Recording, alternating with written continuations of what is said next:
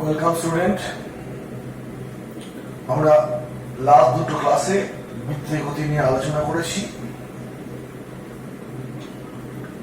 সেখানে আমরা বৃত্তের গতি কাকে বলে এবং ওই সংক্রান্ত বিভিন্ন রাশিগুলো জেনেছি এবং সর্বশেষ মনে করেছিলাম কৌণিক বেগ, তারপরে কম্পাঙ্ক, পর্যায়কাল এই বন্ধ হয়েছিল। আমরা সেখান থেকে শুরু করব। ফার্স্টে আসবো কৌণিক বেগ পেয়েছি, রৈখিক বেগ আমরা জানি। সেই কৌণিক বেগ এবং রৈখিক বেগের মধ্যে একটা সম্পর্ক স্থাপন করতে হবে। কৌণিক বেগ আর রৈখিক সম্পর্ক, কৌণিক বেগ ও রৈখিক বেগের মধ্যে সম্পর্ক।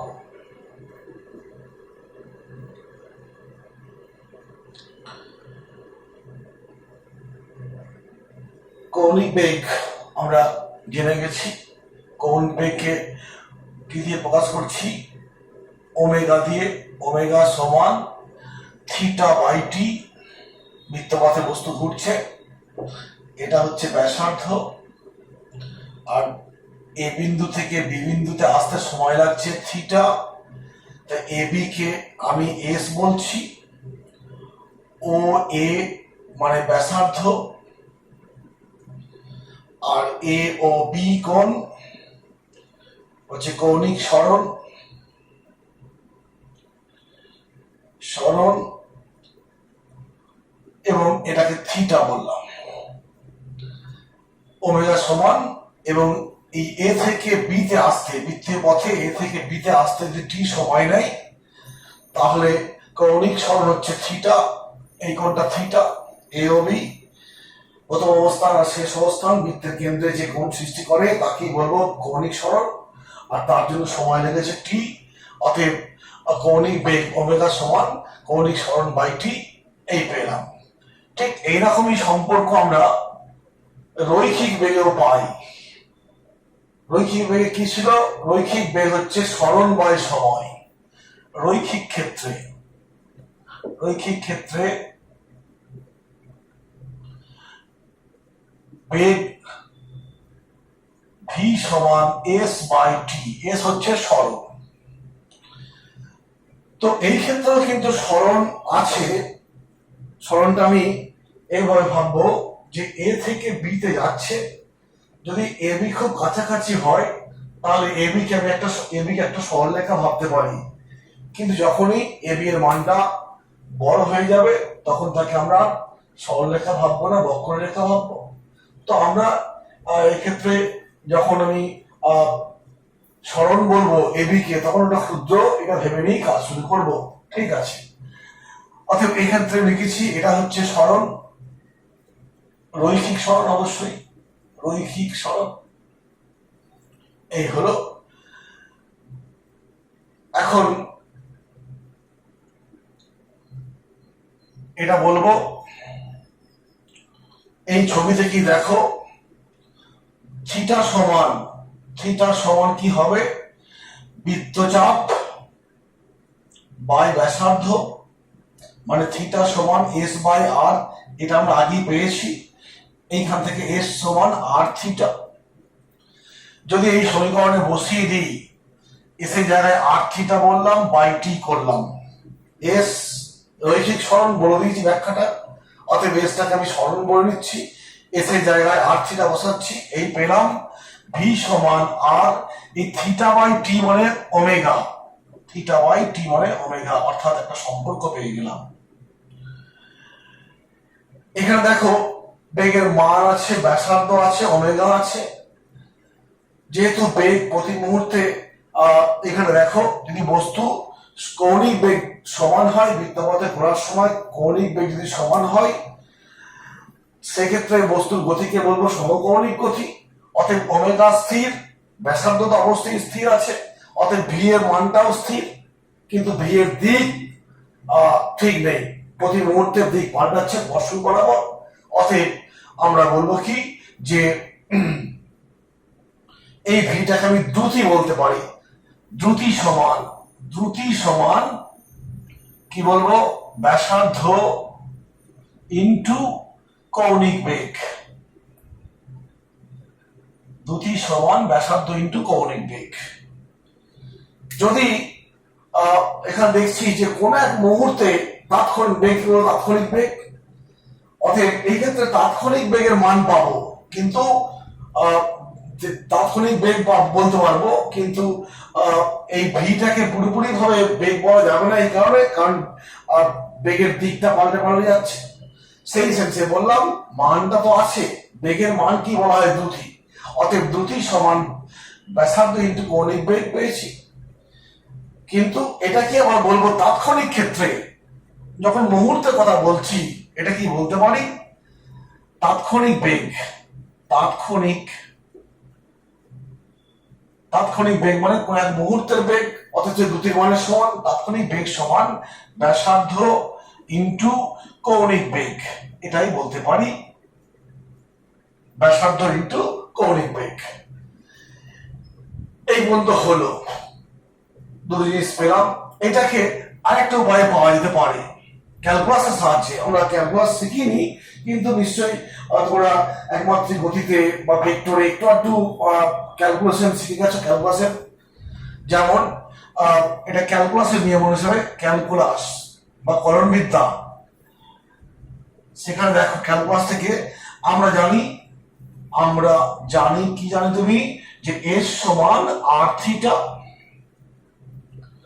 অতএব এখানে দেখো আমি দুপক্ষে সময়ের সাপেক্ষে ডেরিভেটিভ করছি, আর থিটা। এ পাশটা ডিএস বাই ডিটি মানে বেগ বা দ্রুতি যা বলবে। এখানে দেখো আরটা ধ্রুবক বাইরে বেরিয়ে চলে এলো, ডি থিটা বাই ডিটি। অতএব ভি সমান আর ডি থিটা বাই ডিটি মানে ওমেগা। অতএব এই সমীকরণটাকে আমি এইভাবে না করে তুমি যদি মনে করে এরম করে দেবো, তার কোনো সমস্যা নাই। অতএব কি পেলাম, দ্রুতি বা তাৎক্ষণিক বেগ সমান ব্যাসার্ধ ইন্টু কৌণিক বেগ। হলো, বেগের মানটা ঠিক আছে তাই দ্রুতি বলছি, সেটা কত, ব্যাসার্ধ ইন্টু কৌণিক বেগ। এই পদ্ধতিতে পেলাম, এই পদ্ধতিতে পেলাম। এখন যদি তাৎক্ষণিক বেগ বলো, তার তো দিক আছে একটা, অতএব বেগ একটা ভেক্টর রাশি, আর বা ব্যাসার্ধ একটা ভেক্টর রাশি।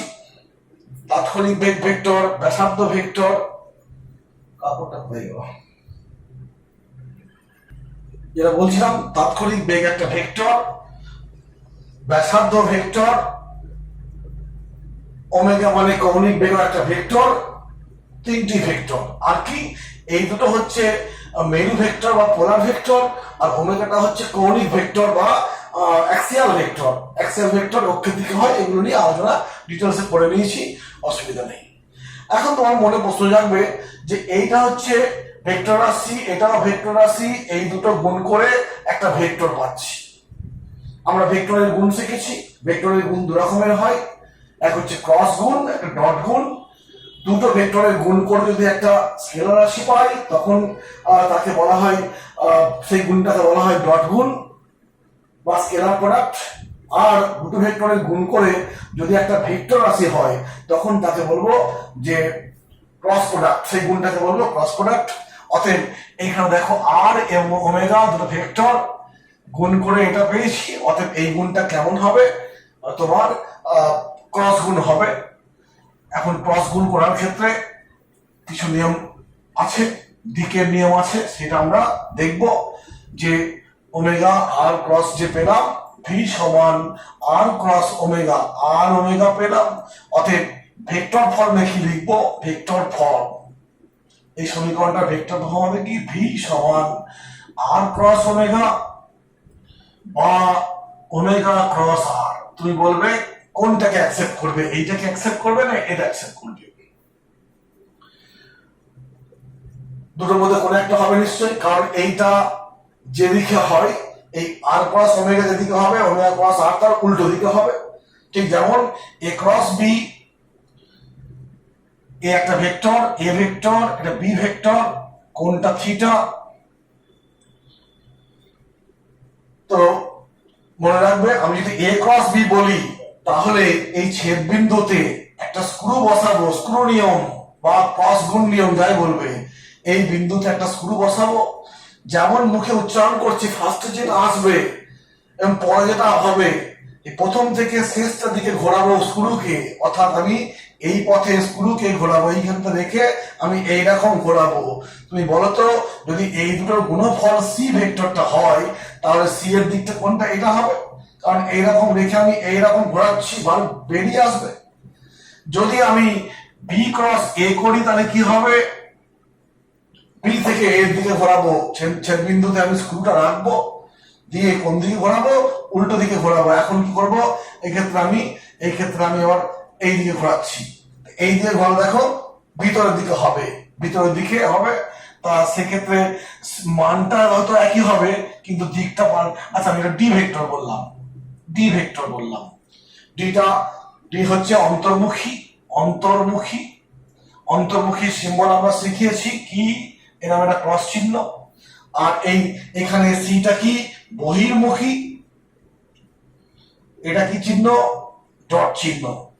টিপটা বেরিয়ে আসছে আর ক্রসটা ঢোকার সময় দেখতে পাচ্ছি ভিতরে প্রবেশ করে যান টিপটা। তো এইভাবে, অর্থাৎ আমাকে দেখতে হবে এই আর আর ওমেগা গুণ করে তার দিকটা কোন দিকে হচ্ছে, আর ওমেগা এবং আর গুণ করব, দেখবো কোন দিকে হচ্ছে। কেন না এই দুটোর গুণফল তো এইটা, অতএব দেখতে হবে এই গুণফলটার দিক এর সমান না এর দিক এর সমান। ভি এর দিকের সমান যেটা হবে এই গুণটা বা এই গুণটা, সেটাকে আমি অ্যাকসেপ্ট করবো, অন্যটাকে বাদ দেবো। তো আমি দেখি এবার কোনটাকে আমি নেবো আর কোনটাকে ছেড়ে দেবো। আমি সেই বৃত্ত পথের ছবি আঁকছি। কেন্দ্রবিন্দু, একটা বস্তু অ্যান্টি ক্লকওয়াইজ ঘুরছে, এটা হচ্ছে ব্যাসার্ধর দিকটাকে আমি দেখিয়ে দিচ্ছি, ব্যাসার্ধের দিক এটা। এই বিন্দুতে বেগের দিক কোনটা? এই দিকে বেগের দিক। আর এই পথে ঘুরছে মানে ওমেগা হচ্ছে এই অক্ষ বরাবর হবে, অক্ষের ভিতর দিক না বাইরের দিক। তুমি অ্যান্টি ঘোরাচ্ছ মানে কি বোর্ডের বাইরের দিকে হবে, অর্থাৎ এটাই হবে ওমেগার দিক। এই পেনটা ওমেগা, এটা হচ্ছে আর এর দিক, বলে দিয়েছি এটা ভি এর দিক। তো পেনটা ওমেগা এখানে রাখো আর এইখানে রাখো, একই কেস হচ্ছে, দেখো দিকটা একই, সমান্তরাল দিক দেখেছি। অর্থাৎ এইটা ওমেগার দিক, এটা আর এর দিক, এটা ভি এর দিক।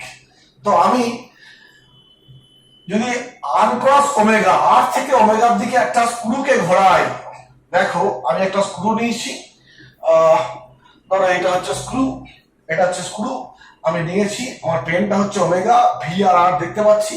তো আমি দেখো এই আর থেকে এই দিকে আমি স্ক্রুটা এখানে রেখেছি, এইরকম ঘোরাচ্ছি, এইরকম ঘোরালে দেখো স্ক্রুটা নিচের দিকে নেমে আসবে।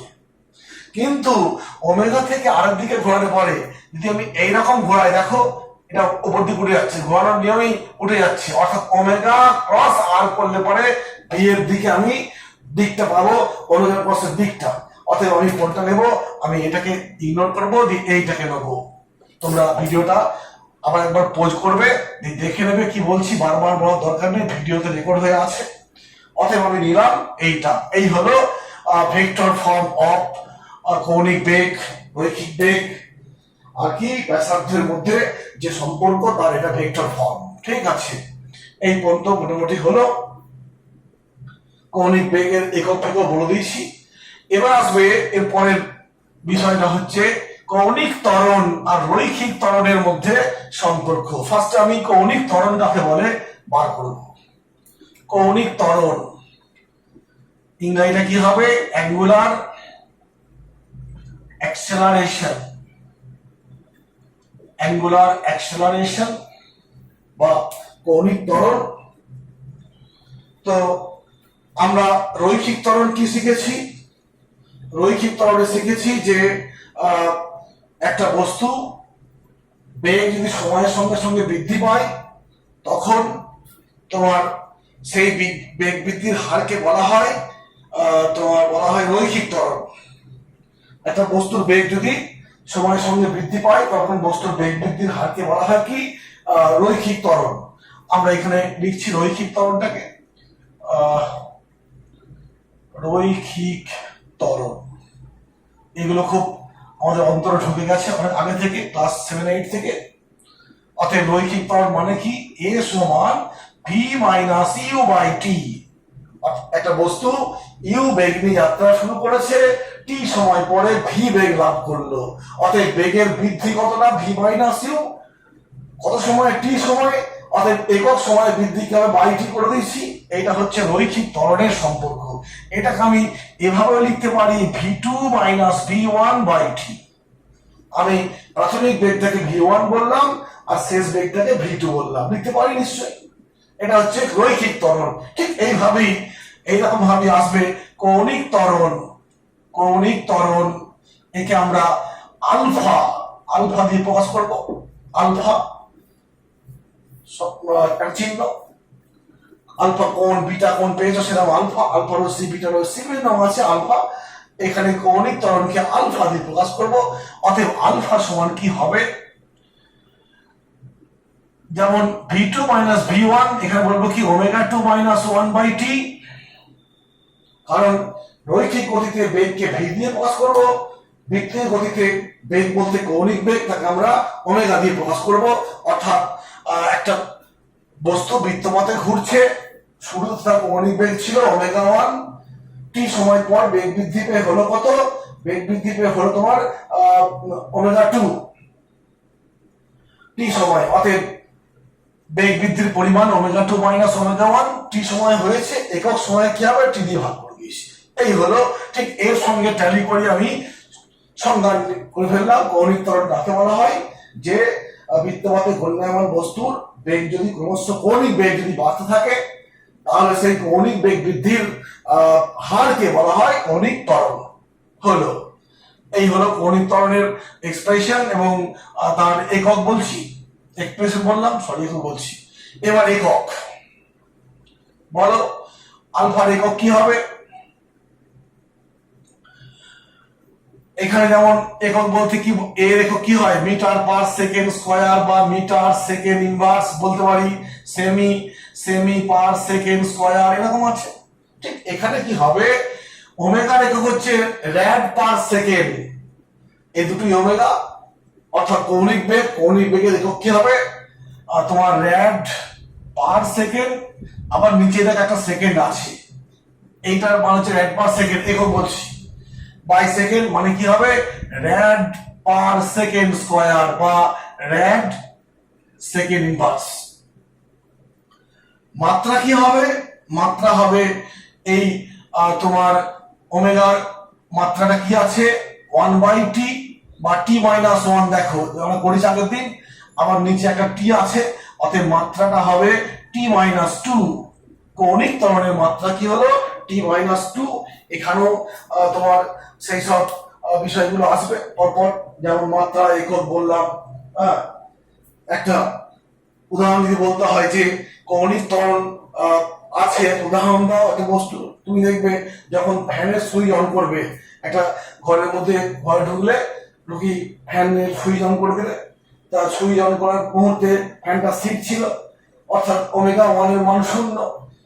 কিছুক্ষণ মানে 2-1 সেকেন্ডের পরেই দেখবে ও একটা ম্যাক্সিমাম ওমেগা লাভ করে, অর্থাৎ 0 থেকে বেড়ে সেই মানটা হলো। কত সময় বাড়লো তুমি বুঝতে পারবে নিশ্চয়ই। এইভাবে আমি পেয়ে যাচ্ছি, কৌণিক ত্বরণ পেয়ে যাব। এই হলো কৌণিক ত্বরণের একক, মান, সংজ্ঞা ইত্যাদি গেল। এইবার যেটা বলছিলাম, যেমন আমরা আলোচনা করছি, যা কিছু করছি কৌণিক আলোচনা করছি রৈখিকের সঙ্গে সম্পর্ক রেখে।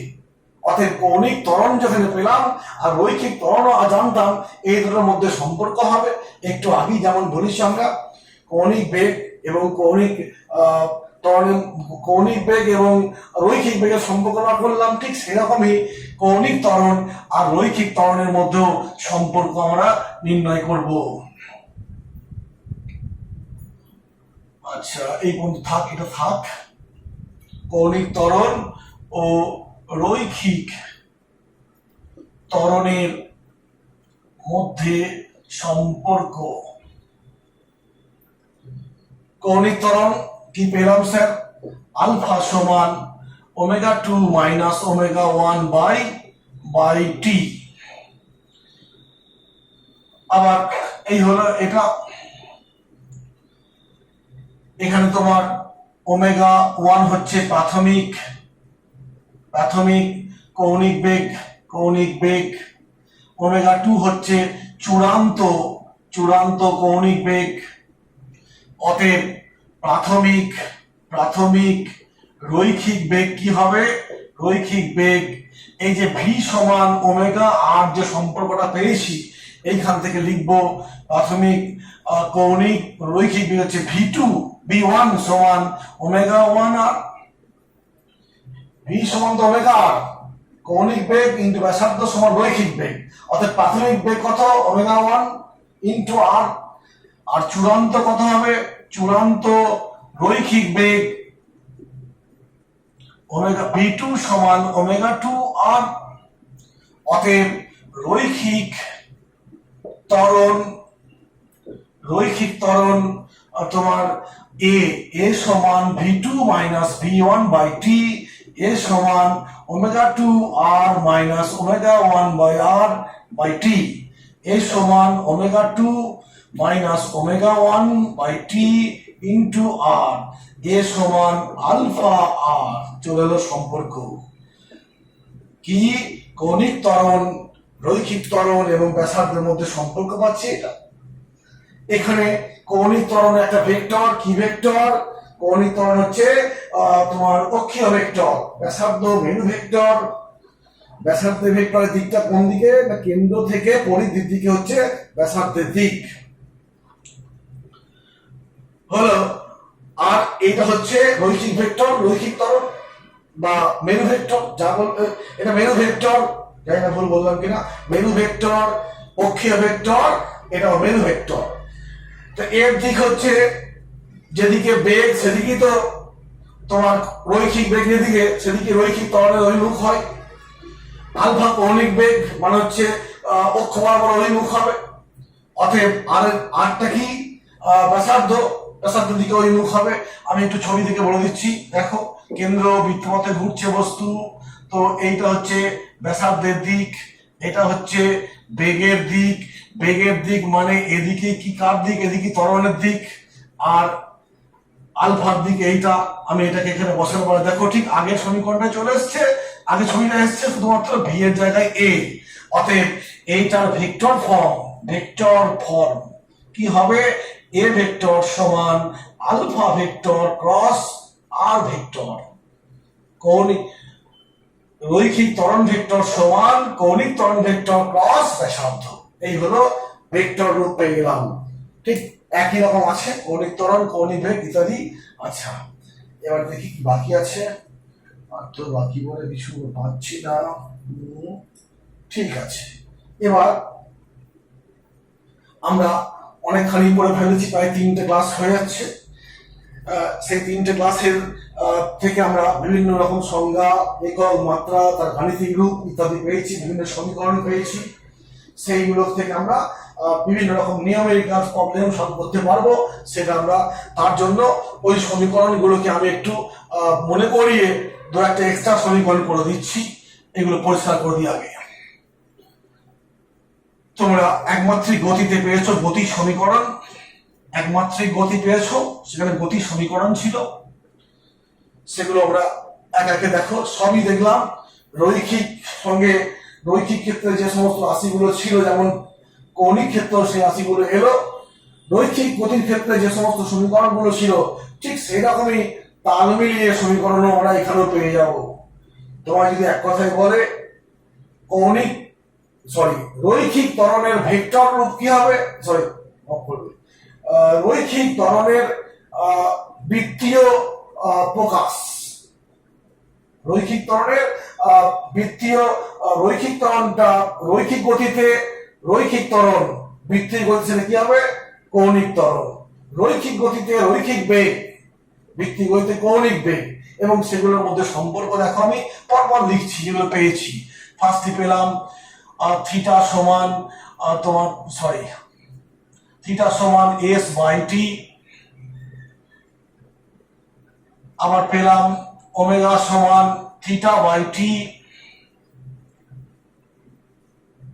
এইখান থেকে পাবো এস সমান সরি ঠিক বলেছি না, এস বাই আর, এটা ভুল হচ্ছে, এস বাই আর।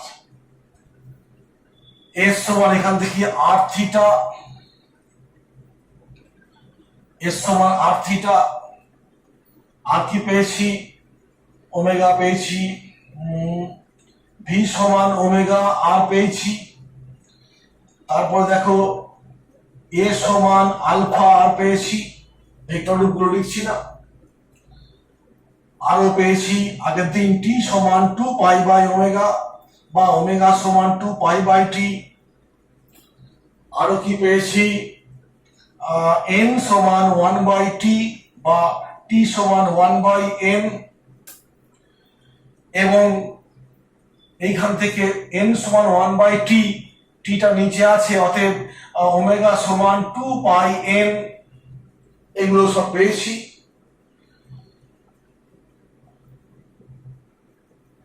আবার পেলাম আলফা, তোমার আলফা সমান পেলাম ওমেগা 2 ওমেগা 1 বাই টি, এটাও পেয়েছি। তোমায় যদি বলে যে